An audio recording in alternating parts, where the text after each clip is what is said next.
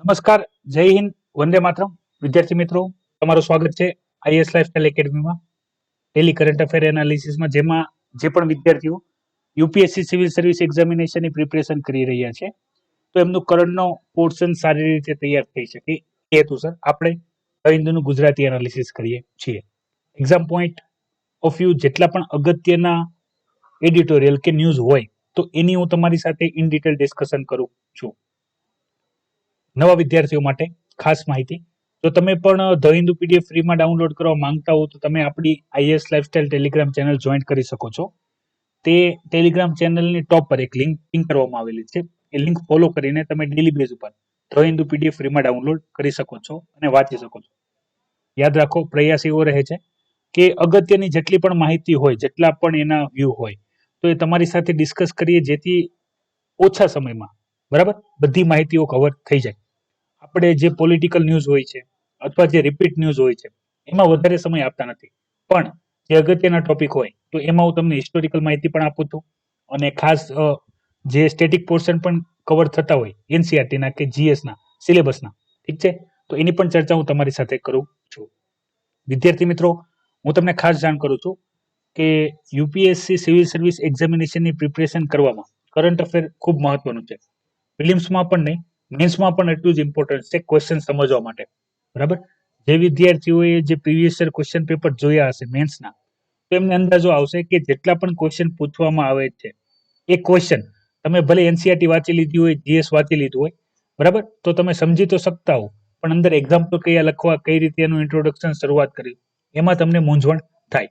એનું રીઝન છે કરંટ અફેરના જે યોગ્ય પ્રિપરેશન હોવી જોઈએ કે જેના બેઝ ઉપર એ ક્વેશ્ચન પૂછાયા હોય બેઠે બેઠા, બરાબર, એ તમને નથી માહિતી હોતી, એટલે એ લખવામાં તમને સંકોચ અનુભવ થાય. તો ખાસ ડેલી બેઝ ઉપર ધ હિન્દુ વાંચવાનું રાખો અને પ્રિપરેશન પણ કરવાનું રાખો. નોટ્સની માહિતી પણ હું તમને આપીશ, ઘણા બધા વિદ્યાર્થીઓએ માહિતી માંગેલી છે. ખાસ જે વિદ્યાર્થીઓ ફ્રેશર છે એના માટે વિદ્યાર્થી મિત્રો, ડેલી બેઝ ઉપર તમે ધ હિન્દુ વાંચવાનું રાખો. બરાબર, તમે વાંચો, ઇંગ્લિશમાં તમને પ્રોબ્લેમ હોય છતાં વાંચો, ના સમજાય તો કોઈ ઇસ્યુ નથી. બરાબર, તમારી પાસે કઈ કોઈ લઈ જવાનું નથી. પછી તમે daily base current affair analysis જોવો કે જેથી તમને ખ્યાલ આવી જશે. માની લ્યો તમે આ જે ન્યૂઝ છે, ફ્રન્ટ પેજ ઉપર ન્યૂઝ છે, એ વાંચી લીધી, ભલે તમને ના ખ્યાલ આવ્યું, પણ એની અંદર કયા કયા પોઈન્ટ આપેલા છે એ તમે ખાલી જોઈ રાખો. પછી કેવું થશે, આપણે જેવું પણ એનાલિસિસ કરશું એટલે તમને ખ્યાલ આવી જશે. હું તમને લાઈન બાય લાઈન અને વર્ડ બાય વર્ડ બધી માહિતી નથી સમજાવી શકતો કે આ લાઈન તમને શું કહેવા માંગે છે અને પેલી લાઈન શું કહેવા માંગે છે. હું તમને ઇન જનરલ જે પોઈન્ટ અગત્યના હોય એ તમારી સાથે ડિસ્કસ કરું છું કે જેથી તમને સમજવામાં ઉપયોગી થાય.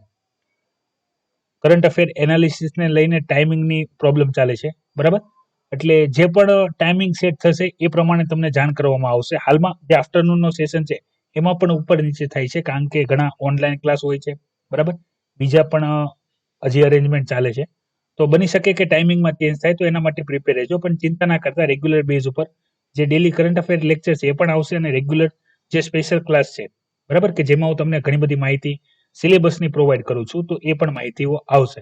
પણ શેડ્યુલમાં થોડોક ફેરફાર થઈ શકે છે, એટલે અપડેટેડ રહેવું. અને તમે જો યુટ્યુબ ચેનલની અંદર નોટિફિકેશન બેલ ઓન ના કર્યું તો કરી લેજો કે જેથી ઘણી વખત કેવું થશે, આઉટ ઓફ ધ શેડ્યુલ મારા માહિતી આપવાની બાકી હોય અને છતાં પણ કોઈ લાઈવ લેક્ચર જો આવવાનું હોય તો એનું નોટિફિકેશન તમને યુટ્યુબના માધ્યમથી મળી જાય અથવા ટેલિગ્રામ ચેનલની અંદર તમને મળી જાય.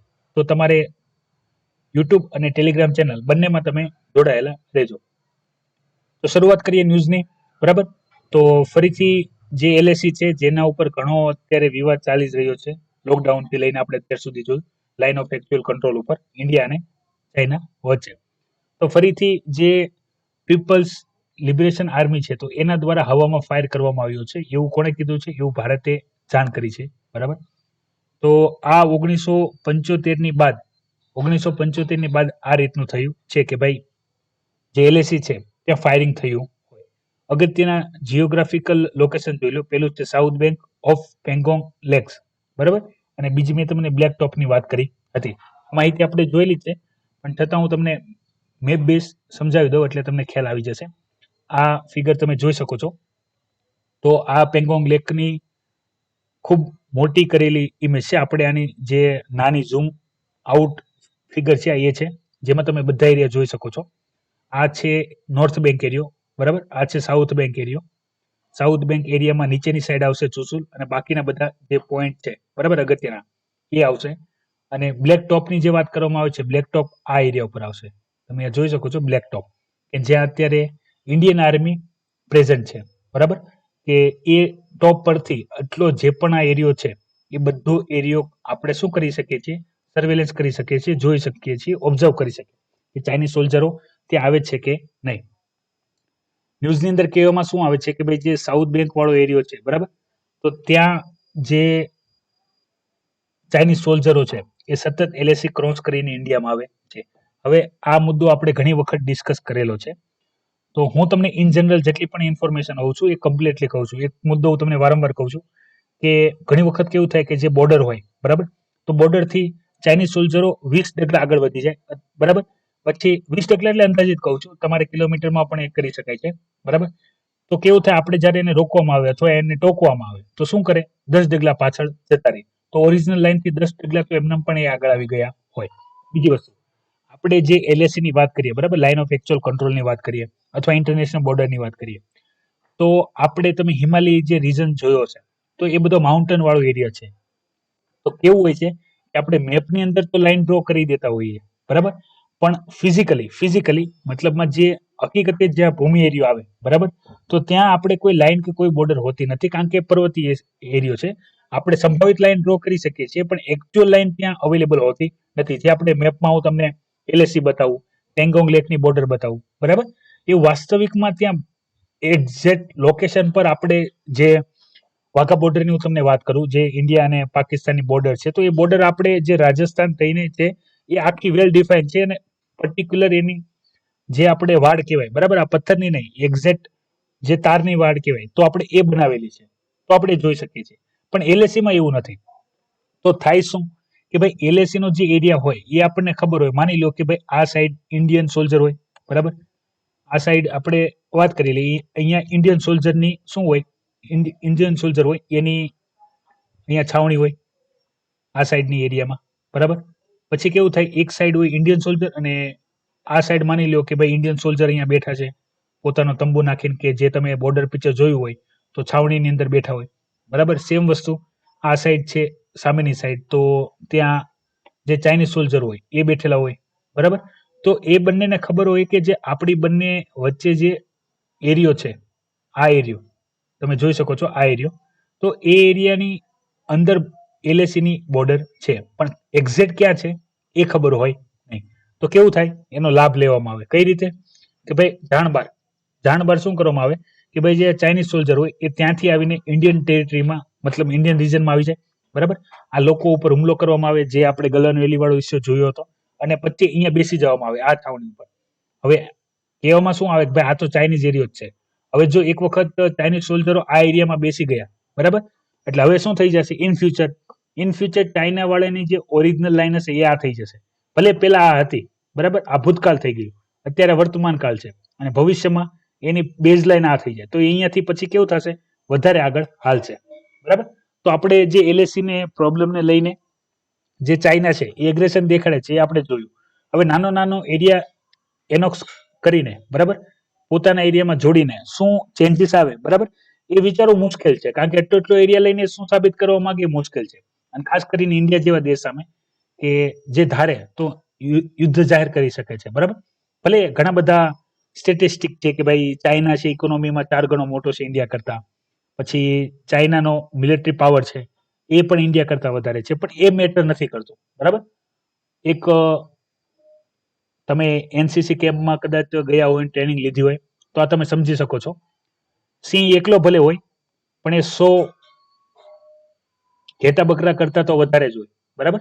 એટલે એ કોઈ ઇસ્યુ નથી.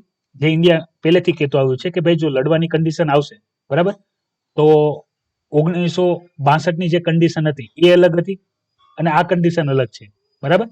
એટલે ઇન્ડિયા કરતું પણ નથી. એનું કારણ ઘણું બધું છે. બોર્ડર પણ છે, ઇન્ડિયન માર્કેટ પણ છે, ઇન્ડિયન નેવી પાવર પણ છે, ઇન્ડિયન એરફોર્સ પાવર પણ છે, બધું છે.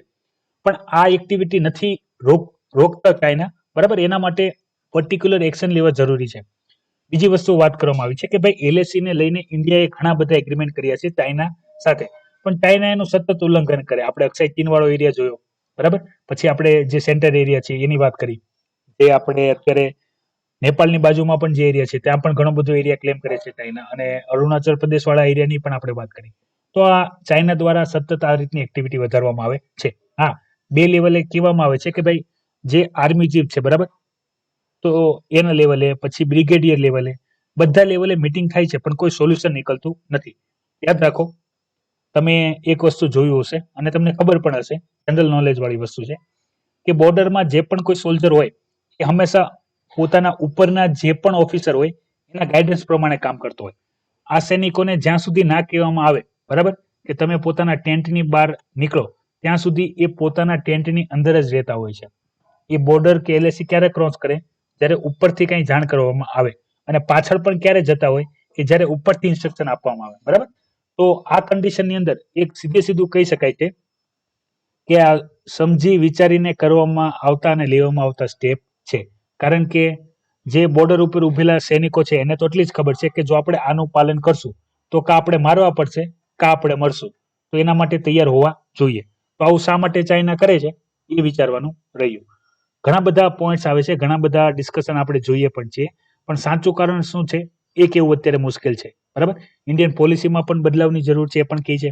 પ્લસ ઇન્ડિયાએ પણ હવે ચાઇનાની ભાષા બોલવાની શરૂ કરી દીધી છે કે ભાઈ એ લોકો જો આવે, એ લોકો જે અત્યારે અહીંયા જે વાત કરેલી છે કે ભાઈ ત્યાંના જે સોલ્જર હતું એને હવામાં ફાયર કર્યું, બરાબર, તો ઇન્ડિયન સોલ્જરે સામે ફાયર નથી કર્યું, બરાબર, કે જેથી મેં તમને ઘણી વખત કીધું છે કે જંગલમાં આગ લગાડવા માટે આગ લગાવવાની જરૂર નથી, એક સળગતું તણખલું નાખી દો, બરાબર, ચિંગારી નાખી દો, તો આખું જંગલ સળગી જતું હોય છે. તો ઇન્ડિયાના સોલ્જરે મેચ્યોરિટી દેખાડી અને સામે ફાયર નથી કર્યું, બરાબર. એટલે ફાયર કરવામાં આવ્યું, પણ કેના તરફથી? ચાઇના તરફથી એર ફાયર. જેવું આપણા સોલ્જર છે એને આપણને જાણ કરી. બાકી પણ ઘણા બધા અગત્યના પોઈન્ટ હતા, તો એની આપણે ઓલરેડી ડિસ્કસ કરેલી છે. બીજો એક અગત્યનો ટોપિક છે, એ ટોપિક છે ડિજિટલ ડિવાઇડનો ટોપિક. તો પેલા સમજી લો પૂછાઈ કઈ રીતે શકે છે. એક તો એજ્યુકેશનની અંદર આપણે નેશનલ એજ્યુકેશન પોલિસી આવી, બરાબર. મેં તમને ઘણા બધા એવા ટોપિક છે જેની ઓલરેડી માહિતી આપેલી છે કે જ્યારે પણ વુમન ઉપર, વુમન એમ્પાવરમેન્ટ ઉપર, બરાબર, ચાઇલ્ડ ઉપર, એજ્યુકેશન ઉપર, હંગર ઉપર, ફૂડ સિક્યુરિટી ઉપર, પછી એગ્રીકલ્ચર ઉપર, આ બધા એવા ટોપિક છે, બરાબર, પોવર્ટી ઉપર. તો કોઈ પણ જો માહિતી આવે એ માહિતી ખાસ તૈયાર કરવાની, કારણ કે એને બેઝ મેન્સમાં અથવા એસેની અંદર ટોપિક પૂછાતા હોય છે. તો એવામાં તે આપણે એક ડિસ્કશન કરેલી હતી ડિજિટલ ડિવાઇડ. તો ડિજિટલ ડિવાઇડ શું છે? તો એનો સિમ્પલ કોન્સેપ્ટ મેં તમને આપેલો, તો હું તમને સરળ ભાષામાં જ સમજાવું છું કે કોરોના વાયરસ લોકડાઉનને લીધે જે આપણે નોર્મલ ઓફલાઈન ક્લાસ જે હોય, તમને ખ્યાલ હોય, મતલબમાં વિદ્યાર્થીઓ ટ્યુશન ક્લાસ કે સ્કૂલમાં જઈને જે રૂબરૂ ભણતા હોય છે ટીચર્સ પાસે, એ થઈ શકતું નહોતું. તો ઓનલાઈન ક્લાસનો ટ્રેન્ડ વધ્યો.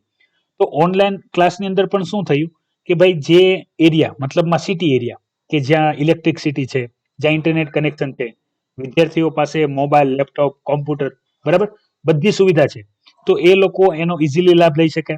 અને બાકીના એવા ગામડાના વિદ્યાર્થીઓ કે જેની પાસે ના તો ઇન્ટરનેટ કનેક્શન છે, ઘણી બધી જગ્યાએ ઇન્ટરનેટ કનેક્શન છે, તો ઇલેક્ટ્રિસિટી કનેક્શન નથી, ચાર્જિંગના ઇસ્યુ છે, અને બીજા ઘણા બધા ઇસ્યુ.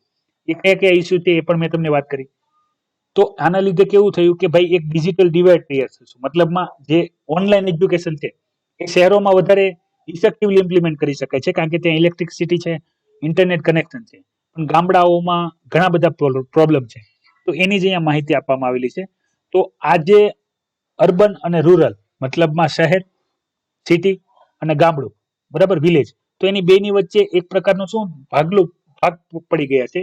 તો એને ડિજિટલ ડિવાઇડ કીધું છે, બરાબર. પછી આ પેલા સમજી લો, પછી હું તમને એનો ઇકોનોમિકલ ડિવાઇડ સમજાવી દઉં.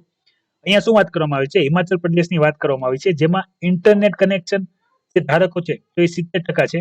કમ્પેરેટિવલી ઓડિશામાં રૂરલ અર્બન એરિયાની કમ્પેરિઝનમાં રૂરલ એરિયામાં ઓડિશામાં ખાલી 6% લોકો પાસે તે ઇન્ટરનેટ કનેક્શન છે. તો તમે ગેપ જોઈ શકો છો.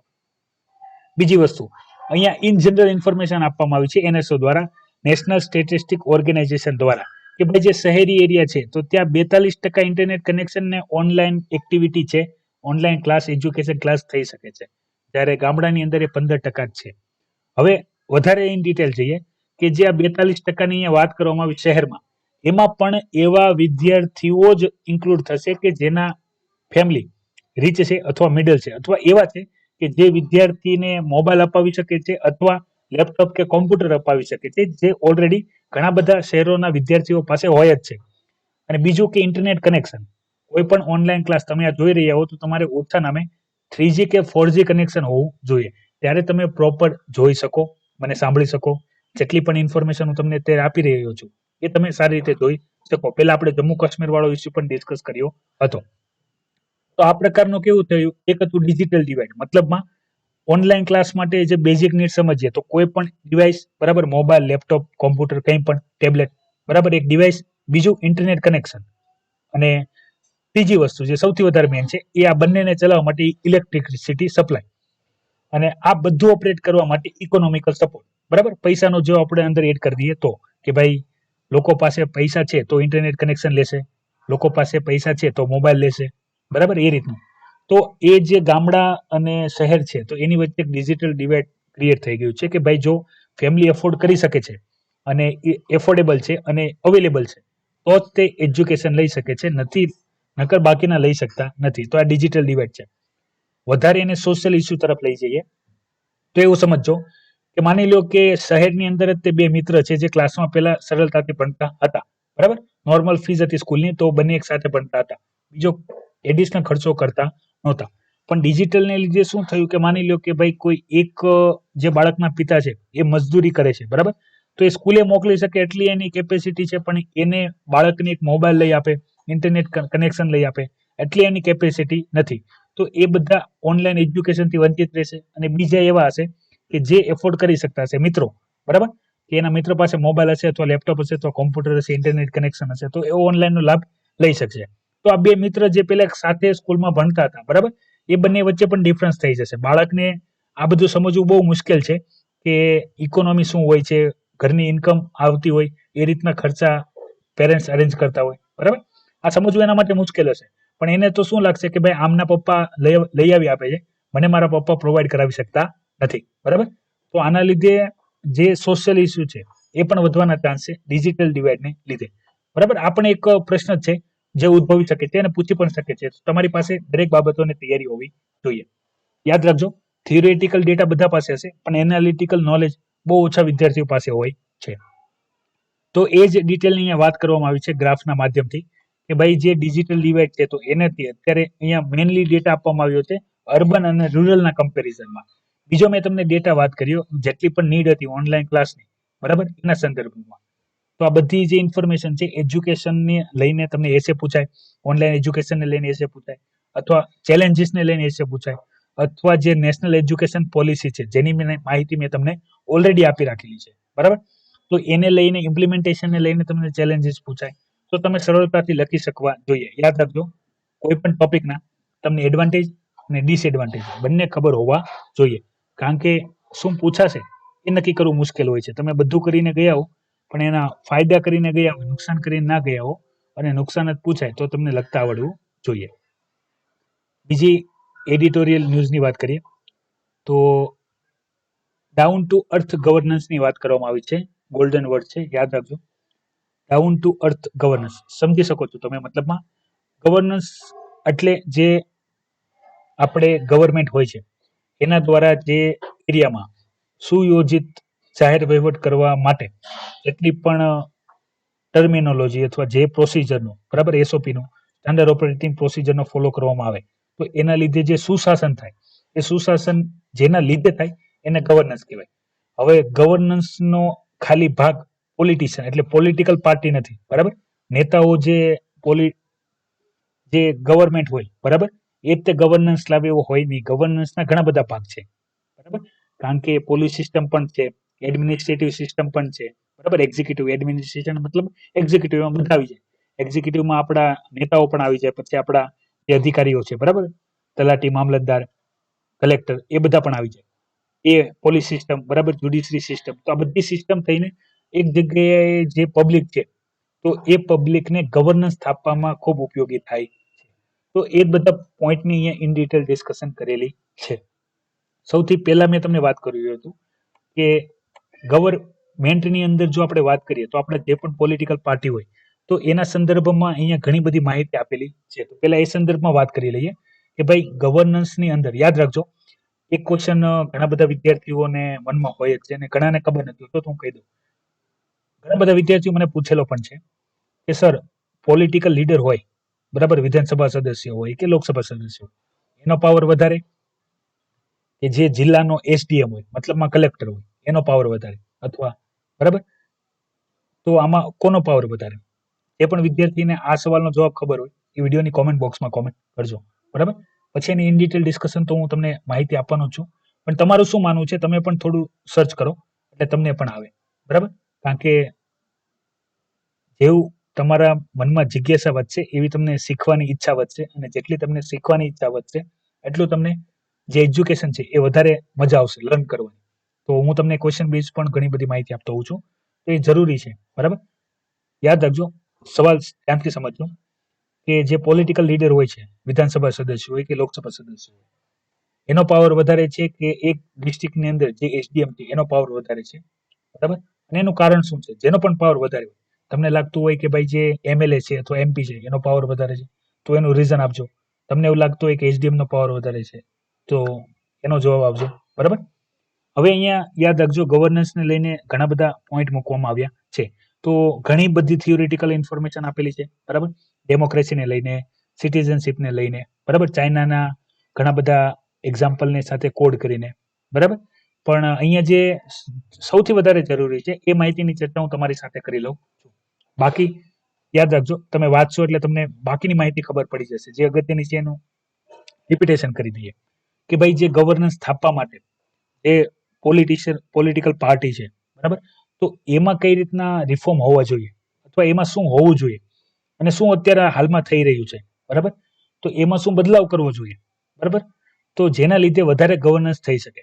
ગવર્નન્સના પણ ટાઈપ છે. ઘણી વખત ક્વેશ્ચનની અંદર તમે UPSC civil service examination mains examination 2019ના પેપર જોશો, જીએસ પેપર 2, બરાબર, તો એમાં ઈ ગવર્નન્સને લઈને ઘણા બધા ક્વેશ્ચન પૂછાતા હોય છે. તો એનો રોલ શું છે? પછી નોર્મલ અત્યારે જે એડમિનિસ્ટ્રેટિવ ગવર્નન્સ હોય છે, તો એનો રોલ શું છે એ પણ તમને માહિતી હોવી જોઈએ. તો સૌથી પહેલા વાત કરવામાં આવી છે કે ભાઈ એક સમય એવો હતો કે ભાઈ જે અત્યારે પોલિટિક પાર્ટી છે, બરાબર, તો એમાં ક્રિમિનલ લોકો વધારે ઇન્વોલ્વ થઈ ગયા છે. એને શું શરૂઆત કરી? તો એને કરપ્શનની વધારે શરૂઆત કરી.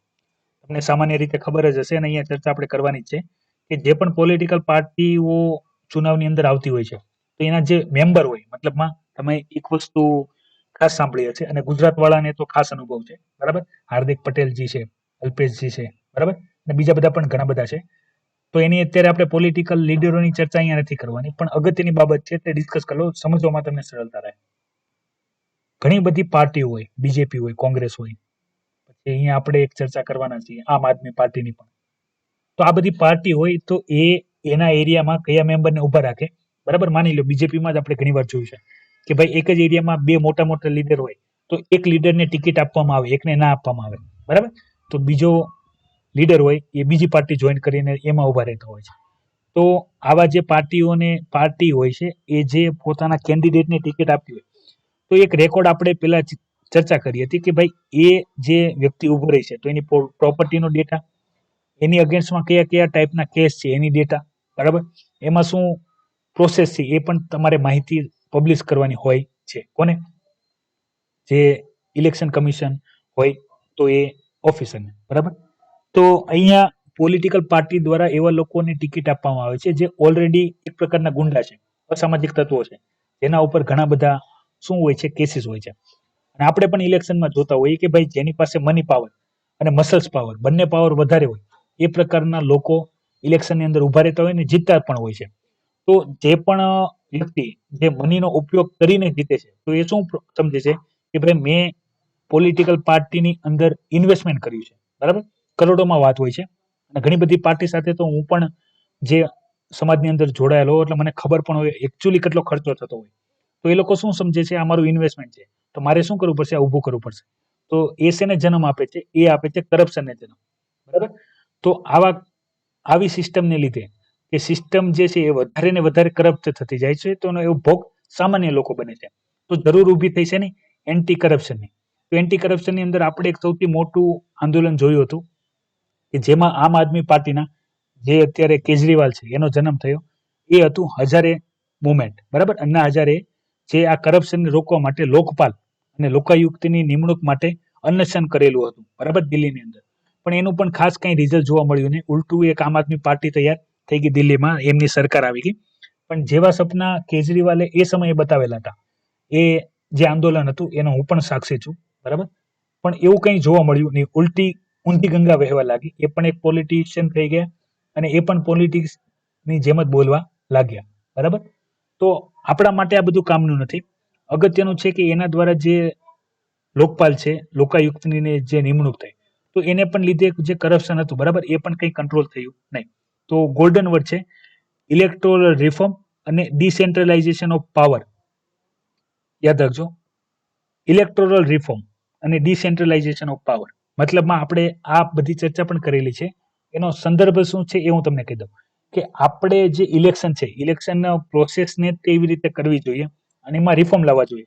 કે જેટલું બને એટલું શું થવું પડે કે ભાઈ જે આવા અસામાજિક તત્વો છે કે જે ગુંડા જેવા લોકો છે, બરાબર, કે જેને પોલિટિક્સ જે છે એ ખાલી એના માટે એક ઇન્કમનો જરિયો હોય, તો એવા લોકોને આવતા રોકવા જોઈએ. તો એની પણ કમ્પેરિઝન અહીંયા આપવામાં આવેલી છે કે ભાઈ માની લો કે ભાઈ કોઈ સામાન્ય વ્યક્તિ છે, બરાબર, જે સમાજ માટે ઘણું સારું કાર્ય કરે છે વિથઆઉટ કોઈ કે પોતાને કંઈ જોતું પણ નથી એ રીતનું. તો એવા જે સોશિયલ વર્કર છે અને આપણે જો એને પણ પોલિટિશિયન જે આપણા એમએલએ કે એમપી બનાવવા માંગતા હોઈએ, તો એ આવા અસામાજિક તત્વોવાળા લોકોની સાથે કોમ્પિટિશનમાં ઉતરે, બરાબર. તો શું થાય? કાં તો એમને ડરાવીને ધમકાવીને નામ પાછું ખેંચવા માટે મજબૂર કરવામાં આવે ને ખેંચી પણ લઈ, કારણ કે એને ઘણી બધી વખત સમાજ સેવા તો કરવી હોય છે પણ પોલિટિશિયન બનીને નહીં. તો એ ખાસ કરે છે. બીજું કે જે બાકીના એના કમ્પેરિઝનમાં જે પોલિટિશિયનો હોય છે કે જે ઓલરેડી બાપ દાદાઓના પેઢીઓથી અથવા પોતાના રીતે પણ મસલ પાવરનો ઉપયોગ કરીને કે મની પાવરનો ઉપયોગ કરીને જીતતા હોય, બરાબર. મતલબમાં માર્કેટિંગ કરીને લોકો સુધી પોતાનો ખોટો એજન્ડા, બરાબર, જે હકીકતે કરતા નથી. ઘણા આપણે મેનિફેસ્ટો જોયા છે કે જેની અંદર ઘણી બધી બાબતો કહેવામાં આવી ઇલેક્શન પહેલા, અને ઇલેક્શનની અંદર વોટ પણ માંગવામાં આવ્યા હોય, અને એ લોકો સુધી પહોંચવા માટે દરેક સોશિયલ મીડિયા, પછી બોર્ડ બેનર, આ બધું આપણે જે જોતા હોઈએ છીએ, તો એનો ઉપયોગ તો કરવામાં આવે છે, ઇલેક્શન જીતવામાં તો આવે છે, પણ એવા કામ કરવામાં આવતા નથી. અને ઘણા બધા કૌભાંડ આપણે જોયા છે. કૌભાંડ હજાર કરોડોમાં જ હોય છે, નાનું પણ હોતું નથી. તો પબ્લિકના પૈસા જૂટવવાનું કાર્ય કરે છે. અને આને લીધે તે શું થાય છે કે ભાઈ જે આપણે પોલિટિકલ પાર્ટી છે, તો એ આવા અસામાજિક તત્વો જેવા જે લોકો છે, ક્રિમિનલ લોકો છે, એને વધારે શું કરવામાં આવતો હોય છે, ટિકિટ આપવામાં આવતી હોય છે કે જે પોતાનો પાવરનો ઉપયોગ કરીને શું કરે છે, જીતીને આવે છે. તો આપણે જોયું કે ભાઈ પાર્લામેન્ટમાં અત્યારે 43% જેવા એવા મેમ્બર છે કે જેની સામે કોઈના કોઈ ક્રિમિનલ કેસ ઓલરેડી ચાલે જ છે, બરાબર. તો આપણા ઇલેક્ટોરલ રિફોર્મની અંદર પણ એ કહેવામાં આવ્યું છે કે ભાઈ બને એટલું પાર્ટી છે એને રીઝન આપવો પડશે કે ભાઈ શા માટે જે આવા ક્રિમિનલ રેકોર્ડ ધરાવતા વ્યક્તિ છે, બરાબર, ઘણા તો અનએજ્યુકેટેડ છે, એવા લોકોને શા માટે ટિકિટ આપી? તમે કોઈ સોશિયલ વર્કર છે કે જેની સામે કોઈ ક્રિમિનલ કેસ નથી અથવા જેની છાપ બહુ સારી છે, જે એજ્યુકેટેડ છે, એને તમે ટિકિટ કેમ નથી આપી? એનો પણ જવાબ પોલિટિકલ પાર્ટીએ પણ આપવો જોશે. અને આ જરૂરી થઈ ગયું છે. નકર એક સમય જે અત્યારનું ગવર્નન્સ છે, બરાબર, એનું બગડવાનું જે કારણ છે, અંધાધુનીનું જે કારણ છે, કરપ્શન વધવાનું જે કારણ છે, એ કારણ એ જ માનવામાં આવે છે કે ભાઈ જે સિસ્ટમ છે, જે ગવર્નન્સ હોવું જોઈએ, એનો જે આધાર જે પોલિટિકલ પાર્ટી છે, એના મેમ્બર છે, બરાબર, કે જે એન્વાયરમેન્ટ ક્રિએટ કરે છે, એમાં જ તે પ્રોબ્લેમ છે. તો એ બધી ડિટેલમાં ઇન્ફોર્મેશન અહીંયા આપેલી છે. પછી અહીંયા બીજી ચર્ચા કરેલી હતી એ છે આનું માની લ્યો કે ભાઈ આનો ઘણા બધા જે તમારી અને મારી જેવા લોકો અથવા આપણા બધા કરતા પણ બહુ સમજદાર લોકો છે જે ઓલરેડી અત્યારે સેન્ટરમાં ગવર્મેન્ટ ઓર્ગેનાઇઝેશનની અંદર કામ કરે છે કે પોલિસી બનાવે છે. તો એવા લોકોની અંદર પણ જો આપણે વાત કરવામાં આવે, બરાબર, એક જ મિનિટ, 5 મિનિટ બ્રેક.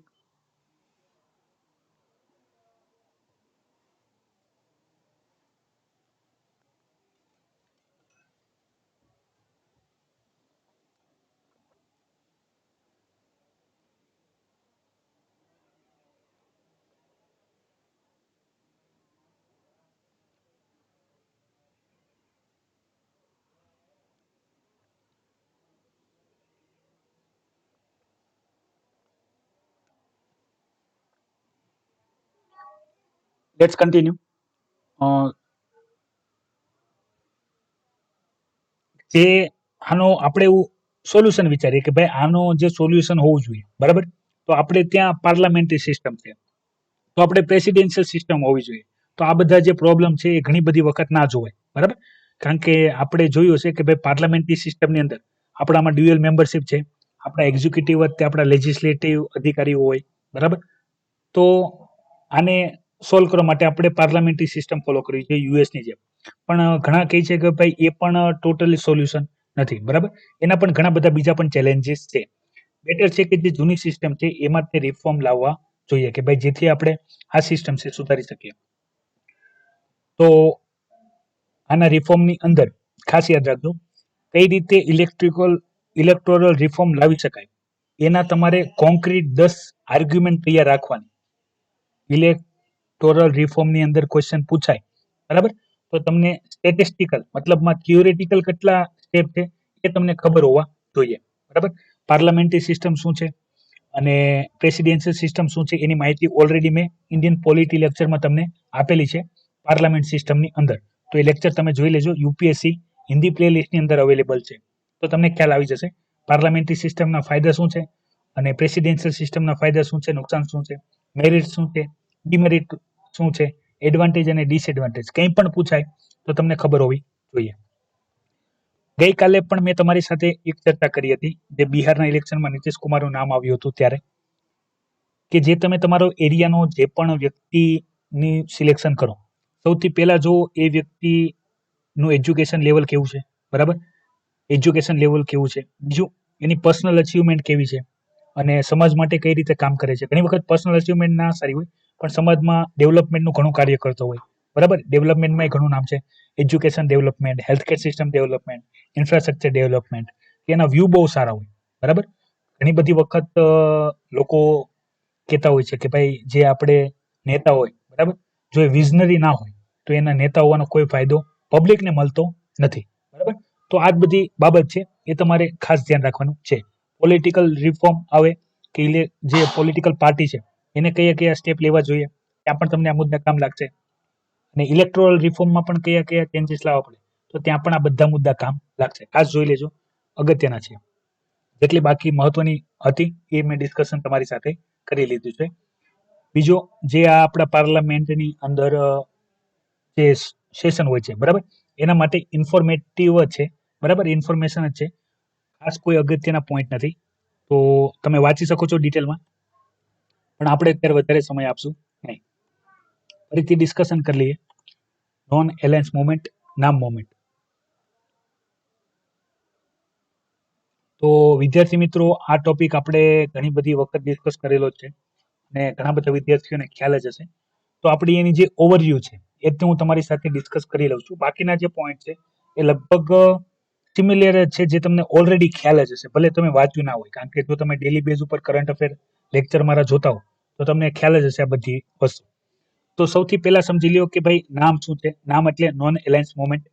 જે સેકન્ડ વર્લ્ડ વોર હતું, બરાબર, એની બાદ જે કોલ્ડ વોર શરૂ થઈ હતી અને બે પોલ્સ તૈયાર થયા હતા. એક હતું યુએસએ અમેરિકા અને બીજું હતું યુએસએસઆર, બરાબર, યુનિયન ઓફ સોવિયત સોશિયલ રિપબ્લિક્સ, બરાબર, યુએસએસઆર, જેને આપણે સોવિયત સંઘ તરીકે ઓળખીએ છીએ, જેનું હાલમાં વિઘટન થઈ ગયું છે. બીજું કે એમની અંદર જ તે જે અમેરિકા છે તો એના દ્વારા નાટોનું સંગઠન કરવામાં આવ્યું હતું, બરાબર. તો સેમ એની સામે યુએસએસઆર પણ પોતાનું સંગઠન તૈયાર કર્યું હતું. તો એના ઘણા બધા રીઝન હતા. હવે પહેલા સમજી લો કે જે બે પોલ્સ તૈયાર થયા હતા તો એનું રીઝન શું હતું અને ઇન્ડિયાએ જે નોન એલાયન્સ મુવમેન્ટ ફોલો કરી તો એનું રીઝન શું હતું. તો સિમ્પલ છે, સમજો. અમેરિકા હતું, બરાબર, અને યુએસઆર બે તે પોલ હતા. તો બે પોલની અંદર શું થયું કે ભાઈ કોઈ પણ જે પણ કન્ટ્રીઓ હતી, બરાબર, તો એને બાકીની કન્ટ્રીઓ સાથે જોડાવાની વાત હતી.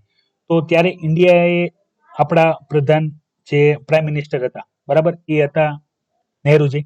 તો એમને કીધું હતું કે ભાઈ અમારા જેટલી પણ અમારી પાસે જમા પૂંજી છે, અમારી પાસે જેટલી પણ વેલ્થ છે એ અમે અમારા ડેવલપમેન્ટ માટે ખર્ચ કરવા માંગીએ છીએ. અમે કોઈ પણ દેશ સાથે જોડાઈને અમે યુદ્ધ ઈચ્છતા નથી, અમે શાંતિ ઈચ્છીએ છીએ, બરાબર. તો ત્યારે બે પોલ હતા. તો આપણે નોન એલાઇન મોમેન્ટ ફોલો કરીને આપણે તટસ્થ રહ્યા હતા. પણ હાલમાં કેવું થઈ ગયું છે કે ભાઈ તમે તટસ્થ ના રહી શકો, બરાબર. અત્યારે મલ્ટીપોલર જે અત્યારનું વર્લ્ડ છે એ મલ્ટીપોલર થઈ ગયું છે. તો તો આપણે જે ન્યૂ કોલ્ડ વોર છે કે જેમાં આપણે હવે એક તો અમેરિકા જ છે અને બીજું આપણે ચાઇનાની વાત કરીએ છીએ, બરાબર. તો જે નેશનલ અત્યારનો જે ગ્લોબલ ટાઈમ છે, તો ગ્લોબલ ટાઈમની અંદર આપણે નોન એલાઇન મોમેન્ટ ફોલો કરી શકીએ નહીં. તો એનો મતલબ એવો પણ નથી થતો કે આપણે એલાયન્સ મોમેન્ટ ફોલો કરશું અને અમે અમેરિકાને અથવા કોઈ પણ બીજા જે દેશ છે, બરાબર, એને અમે ફોલો કરશું. ના, અમે શું કરશું, અમે મલ્ટીલેટરલ ફોલો કરશું. જે આપણે મલ્ટીલેઝમની અંદર આપણે મલ્ટી એલાયન્સની જે આપણે વાત કરેલી હતી કે ભાઈ અમે કોઈ એક સાથે નથી, બરાબર, અમે બધાની સાથે છીએ. કારણ કે અમારા જેની સાથે પણ હિત જોડાયેલા છે, તો અમે બધાની સાથે કાર્ય કરશું. તો આ જે આખો ટોપિક હતો તો એનું ઇન ડિટેલ ડિસ્કશન આપેલું છે કે ભાઈ પેલા કોલ્ડ વોરની અંદર જે પણ દેશ હતા કે જેને નોન એલાયન્સ મોમેન્ટ જે તટસ્થ રહ્યા હતા અને બાકીના જે દેશો હતા કે જેને અલગ અલગ જેવા નાટો જેવા સંગઠન છે એને જોઈન્ટ કર્યા હતા અને બીજા બાકી યુએસએસઆર ને સંગઠનને જોડ્યા હતા. તેનું મુખ્ય કારણ શું હતું કે ભાઈ જે કેપિટલ કન્ટ્રી હતી તો એ લોકોએ કેપિટલિઝમને લીધે એક થયા. બીજું કે જેને પાવર જોતી હતી, મિલિટરીકલ પાવર હોય કે પોલિટિકલ પાવર હોય, બરાબર, તો એ કન્ટ્રીઓ ભેગા થયા હતા અને બાકી જે એક્સપાન્શન હતું, બરાબર, કોમ્યુનલિઝમ હતું, તો એને લીધે એકઠા થયા હતા. અને પછી શું થયું, પછી આપણે જોઈએ છીએ હાલની કન્ડિશનમાં તો જે નાટો છે તો એમાં પણ બધાના હિતોનું ધ્યાન રખાતું નથી. તો ધીરે ધીરે બધા એમાંથી નહીં અલગ થયા. આપણે જોયું કે ભાઈ યુએસએસઆર છે, બરાબર, યુનિયન સોવિયત સંઘ છે, તો એનું પણ વિઘટન થઈ ગયું. કારણ કે પહેલા શું હતું કે ભાઈ બધાના પર્પઝ એક હતા તો બધા ભેગા થયા, પછી બધાના પર્પઝ અલગ થવા મળ્યા તો બધા જુદા પડવા મળ્યા. તો હાલની જે કન્ડિશન છે એમાં જે પેલા કોલ્ડ વોરમાં 1945 પછી કે જે ડાયપોલ મોમેન્ટ મતલબમાં બે પોલર બની ગયા હતા, યુએસએ અને યુએસએસઆર, એ અત્યારે પોસિબલ નથી. અત્યારે આપણે એવું ના કહી શકાય કે ભાઈ બધી પોલિસી અમેરિકા દ્વારા ડિઝાઇન કરવામાં આવે છે અથવા વધારે ઇમ્પેક્ટ ચાઇનાની જ છે. અત્યારે બધાનું પોતપોતાનો એક રોલ છે, બધાની પોતપોતાની એક નીડ છે. કોઈને પોતાના ડેવલપમેન્ટ માટે, ઇન્ફ્રાસ્ટ્રક્ચર ડેવલપમેન્ટ માટે ઓઇલ્સ ને ક્રૂડ જોઈએ છે, તો કોઈને પોતાના જીવન માટે પાણીને જે આપણે શાકભાજીઓ છે, બરાબર, ફળ ફ્રૂટ છે, એ જોઈએ છે. બધાની નીડ અલગ અલગ થઈ ગઈ છે, બરાબર. તો અત્યારે કોઈ પણ ડાયપોલ મુવમેન્ટ નથી. તો એવા કન્ડિશનની અંદર ઇન્ડિયાએ જે પોલિસી છે જે અપનાવી જોઈએ તો એ નોન એલાઇનમેન્ટ વાળી પોલિસી હોવી જોઈએ કે ભાઈ જેના લીધે શું ના થાય, જે ઇન્ડિયા છે એનો ઇન્ટરેસ્ટ જે છે, એની સોવરિનિટી અને ઇન્ટેગ્રિટી છે એનું હનન ના થાય અને ઇન્ડિયા એઝ એ ઇન્ડિવિજ્યુઅલ પોતાના ડિસિઝન લઈ શકે, એના ઉપર કોઈનું ઇન્ટરફિયર ના હોય. જેમ કે અહીંયા જે રશિયા ચાઇના છે, બરાબર, એની કન્ડિશનની વાત કરવામાં આવેલી છે જે સેન્ટ્રલ એશિયા છે એમાં કે ભાઈ રશિયા નથી ઈચ્છતું કે ભાઈ જે ચાઇના છે, બરાબર, એનું ઇન્ફ્લુઅન્સ એટલું બધું વધી જાય કે રશિયાનું ઇન્ફ્લુઅન્સ ઘટી જાય. તો એ હેતુસર શું કરે છે, જે રશિયા છે ઇન્ડિયાને સપોર્ટ કરે છે, બરાબર. પછી બીજું શું કહેવામાં આવે છે કે ભાઈ જ્યારે વાત આવે છે ઇન્ડિયા અને ચાઇનાની અંદર સિલેક્શનની, તો રશિયા કોઈની સાથે નથી જોડાતું કારણ કે એના માટે બંને ઇમ્પોર્ટન્ટ છે, as a market, as a friend country, as a brother country, ઠીક છે. તો આ બધા જે ઇન્ટરનેશનલી અલાઇનમેન્ટ છે, નોન એલાઇન મુવમેન્ટ છે, તો એની ડેફિનેશન જૂની ડેફિનેશન અને નવી ડેફિનેશનમાં ચેન્જ છે. આપણે નોન અલાઇનમેન્ટ તો છીએ પણ એનો મતલબ કે કોઈ એલાયન્સ નથી, મલ્ટી અલાઇનમેન્ટ છે, બરાબર, કે આપણે કોઈ એક જ સંગઠનને, એક જ પોલને આપણે ફોલો કરતા નથી. તો એ રીતની ચર્ચા અહીંયા કરેલી છે. એનું ઇન્ફ્લુઅન્સ ક્યાં જોવા મળે છે? એનું ઇન્ફ્લુઅન્સ સીધું આપણને ફોરેન પોલિસીની અંદર જોવા મળે છે. બીજું કે અત્યારે એક સૌથી વધારે જે ચર્ચાનો વિષય છે એ છે વેક્સિન ડેવલપમેન્ટને લઈને કે ભાઈ વેક્સિન ડેવલપ કરવામાં આવશે તો સૌથી પહેલા વેક્સિન જે કયા લોકોને મળશે, બરાબર, જે નીડી લોકો હોય એને આપવી જોઈએ. અને એની અંદર જે એક આપણે મોમેન્ટ જોઈ હતી કે ભાઈ ગ્લોબલી જેટલી પણ કન્ટ્રીઓ છે જે વેક્સિન ડેવલપ કરી રહી છે તો એમના દ્વારા જે વેક્સિન બનાવવામાં આવે તો એ વેક્સિન સૌથી પહેલા એવા લોકોને આપવામાં આવે કે જે અત્યારે ઓલરેડી ઇન્ફેક્ટેડ છે અથવા જેના ઇન્ફેક્ટ થવાના ચાન્સ વધારે છે અથવા જ્યાં ક્લસ્ટર વધારે છે. હાલમાં જ્યાં નવા કેસીસ આવી રહ્યા છે કે જેથી આપણે ગ્લોબલી કોરોના વાયરસ ઉપર લડી શકીએ. તો કોવેક્સ કરીને આપણે જે ગ્લોબલ ઇનિશિયેટિવ હતું, બરાબર, એની આપણે વાત કરી હતી કે જેની દ્વારા ગ્લોબલી કે ભાઈ જે કોરોના વાયરસ છે તો એનું ટેસ્ટ કરવું, એની ટ્રીટમેન્ટ કરવી, એને મેડિસિન આપવી, બરાબર, એના ટેસ્ટ કરવા. તો આ બધી જે ચર્ચા હતી એ આપણે ત્યારે ઓલરેડી કરેલી હતી. ખાસ અત્યારે એટલું યાદ રાખજો કે જેને સૌથી વધારે નીડ છે એને પહેલા પ્રોવાઈડ કરવું જોઈએ. બીજું કે ઇન્ડિયા પણ જો વેક્સિન બનાવે તો પહેલી પ્રાયોરિટીમાં ઇન્ડિયા અને બાંગ્લાદેશ વાળી આપણે સ્થિતિ તો જોઈ જ હતી. તો એની સિવાય પછી જે સ્ટોક હોય તો એ બને ત્યાં સુધી નીડી વ્યક્તિ સુધી પહોંચે એવા અરેન્જમેન્ટની અહીંયા વાત કરવામાં આવેલી છે. અને બાકી અગત્યની ચર્ચા કરીએ વન બાય વન. તો હાલમાં ન્યૂઝમાં બનેલા છે જે સુશાંત સિંહ રાજપૂત છે એ કેસમાં તમે જોઈ શકો છો કે ભાઈ જે લોકો છે બરાબર એ લોકો આ રિપોર્ટર છે અને આ બધા માઇક છે કે એના તરફ ફેંકી રહ્યા છે. તો એ તમે સમજી શકો છો લોકો એની ન્યૂઝને લઈને વધારે ચર્ચામાં અત્યારે છે.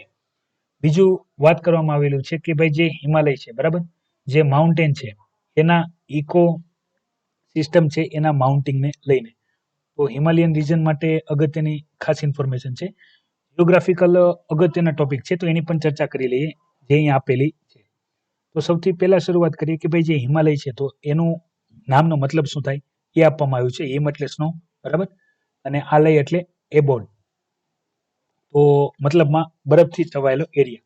હવે અગત્યની બાબત છે આ જોઈ લેજો. આ તમને કોઈ પણ બુક જિયોગ્રાફીની બુકમાં નહીં મળે કે ભાઈ જે સૌથી ગંભીર 36 વર્લ્ડ બાયોડાયવર્સિટી હોટસ્પોટ છે એમાંનો એક ભાગ છે હિમાલય. બીજું હિમાલયની અંદર આપણે બધી પોપ્યુલેશન જોઈએ તો 240 મિલિયન જેટલા લોકો ત્યાં વસે છે. હવે તમે સમજી શકો છો ગુજરાતના છો એટલે વધારે સમજી શકશો કે ભાઈ જ્યાં સૂરજનો તડકો બરાબર ના પડતો હોય, જ્યાં બધી બાજુ બરફ જ હોય બરાબર અને જ્યાં પર્વત ઉપર જ રહેવાનું હોય, જ્યાં ભૂસ્ખલન જેવી સ્થિતિ ઉદ્ભવતી હોય તો ત્યાં કેટલા ચેલેન્જીસ હોય. તો ત્યાં દરેક પ્રકારના ચેલેન્જીસ જોવા મળે. એક તો રહેવાને લઈને બરાબર, બીજું કે ભાઈ ત્યાં ધંધા બિઝનેસને લઈને કે જેનાથી ઇન્કમ જનરેટ થાય, કારણ કે એગ્રીકલ્ચર એટલું બધું સારી રીતે કામ ના કરતું હોય બરાબર, કારણ કે જો બરફ પડે તો જે પણ પાક બન્યો હોય એ શું થઈ જાય, એનું નુકસાન થઈ જાય. બીજું કે ભાઈ ત્યાં પ્રાણીઓનું પણ સંકટ હોય કે ભાઈ ત્યાંના પ્રાણીઓ છે એ મનુષ્યોના શિકાર કરતો હોય તો ઘણી વખત ખેતર કામ કરવા ગયા હોય અને એ વ્યક્તિ જ ના રહે બરાબર જે ખેતી કરતો હોય તો પરિવાર મુશ્કેલીમાં આવે. બીજું કે ભાઈ કુદરતી આફતો મતલબમાં લેન્ડસ્લાઇડ થાય કે ભાઈ બરફની હિમવર્ષાને લીધે વધારે એરિયામાં બરફમાં ફસાઈ જાય તો મૃત્યુ પણ થાય. તો આ પ્રકારની જે જિયોગ્રાફિકલ જે સિચ્યુએશન છે બરાબર. પછી પુઅર ઇન્ફ્રાસ્ટ્રક્ચર મતલબમાં રોડ કે એવું કાંઈ હોય નહીં, પર્વતીય એરિયા હોય તો જીવન સંઘર્ષમય હોય, ખાવા પીવાની ઇન્કમ જનરેટ થઈ શકે એવું પણ ના હોય. તો આ બધા એરિયાની અંદર રિફોર્મ લાવવાની જરૂર છે. રિફોર્મમાં ચેલેન્જીસની તો મેં તમને વાત કરી, પીવાના પાણીને લઈને પણ પ્રોબ્લેમ હોય, જીવન જીવવા માટે જરૂરી બેઝિક નીડ્સની પણ પ્રોબ્લેમ હોય. તો એને સર્વાઈવ કરવા માટે શું કરી શકાય તો એની વાત કરવામાં આવેલી છે. તો અગત્યના 3-4 પોઈન્ટ અહીંયા જે વાત કરેલા છે એની હું ડિસ્કશન કરી લઉં. સૌથી પહેલા અહીંયા કહેવામાં આવ્યું છે કે ભાઈ ટુરિઝમ ડેવલપ થવું જોઈએ બરાબર. એના માટે જરૂરી છે કે ભાઈ ઇન્ફ્રાસ્ટ્રક્ચર ડેવલપમેન્ટ થાય, રોડને. બીજું આપણે લેન્ડ મેપિંગની વાત કરી હતી, માઉન્ટેન મેપિંગની વાત કરી હતી કે ભાઈ જે લેન્ડસ્લાઇડ માટે પ્રોન એરિયા છે કે જ્યાં થઈ શકે છે એ બને ત્યાં સુધી અટકાવવા જોઈએ અથવા એ એરિયા જાહેર કરવા જોઈએ કે જેનો ઉપયોગ જ્યારે લેન્ડસ્લાઇડ થઈ શકે એ ટાઈમમાં ના કરવો જોઈએ. પછી કે ભાઈ જે પાણીની સમસ્યા છે તો એના લીધે આપણે જે વોટર હાર્વેસ્ટિંગ પ્રોજેક્ટ છે એ કરવા જોઈએ. પછી અહીંયા આ લોકો દ્વારા જે પણ ઘર બનાવવામાં આવે છે તો એ મોડર્ન જે આપણી સિસ્ટમ છે એના દ્વારા બનાવવામાં આવે છે જે મેદાની પ્રદેશ માટે ઇફેક્ટિવ છે તો એ ના કરવા જોઈએ. પહાડી એરિયામાં જે હોય એ રીતના કરવા જોઈએ. બીજું કે ત્યાં જે પણ પાક થાય છે તો એમાં ઘણી બધી મેડિસિનલ જે પ્રોપર્ટી ધરાવતા પાક હોય, જડીબુટ્ટી કહેવાય આપણે, હિમાલયન જડીબુટ્ટી આપણે તરીકે ઓળખીએ છીએ. તો જેનો વધારે લાભ કે વધારે ભાવ મળી શકે એવા અરેન્જમેન્ટ કરવા જોઈએ કે ભાઈ જે તેનું વધારે થાય. બીજું કે એને આપણા જે ઇલેક્ટ્રિસિટી કે ઇન્ટરનેટ કનેક્શન ગ્લોબલી અટેચમેન્ટ કરવું જોઈએ કે ભાઈ જેથી ત્યાંના યુવા યોગ્ય શિક્ષણ લઈ શકે કે રોજગાર જનરેટ કરી શકે અને ઇન્કમ જનરેટ થાય બરાબર. તો એવા મલ્ટિપલ ડાયમેન્શન ક્રિએટ કરવા જોઈએ કે જેથી હિમાલયન લોકોનું જે જીવન છે એ પ્રભાવિત થાય અને ઉપર આવે. સૌથી વધારે અત્યારે એ લોકો એક એગ્રીકલ્ચર, બીજું કે ભાઈ ટુરિઝમ છે બરાબર. આપણે જોઈએ હિમાલયન રિજનમાં ઘણા બધા લોકો ટુરિઝમ માટે જતા હોય છે બરાબર. તો એની સાથે સાથે બાકીના પણ ડેવલપમેન્ટ કરવું જોઈએ. વિદ્યાર્થી મિત્રો, આ બધી અગત્યની તમામ માહિતીઓ હતી કે જે હું તમારી સાથે કરવા માંગતો હતો બરાબર. વિડીયોની માહિતી ગમી હોય તો અવશ્ય લાઈક કરજો. નવા જે છે એના પ્રમાણે તમારી હાજરી ખાસ આપજો, તમારું નામ અથવા એરિયાનું નામ. કઈ માહિતી ગમી એ પણ કોમેન્ટ કરજો અને ખાસ કરીને વિડીયોને શેર કરજો. જે ઘણા બધા વિદ્યાર્થીઓ રેગ્યુલર કરતા જ હોય છે તો બીજા બધા વિદ્યાર્થી પણ કરજો કે જેથી આ માહિતી દરેક વિદ્યાર્થી સુધી પહોંચે. અને તમે નવા હો તો ચેનલને સબસ્ક્રાઇબ કરજો. અંતે તમે બધા કરો મજા અને મને આપો રજા. લાઈવ લેક્ચરમાં જોડા બદલ આભાર. જોતા રહો IAS lifestyle academy daily current affair analysis. જય હિન્દ, વંદે માતરમ.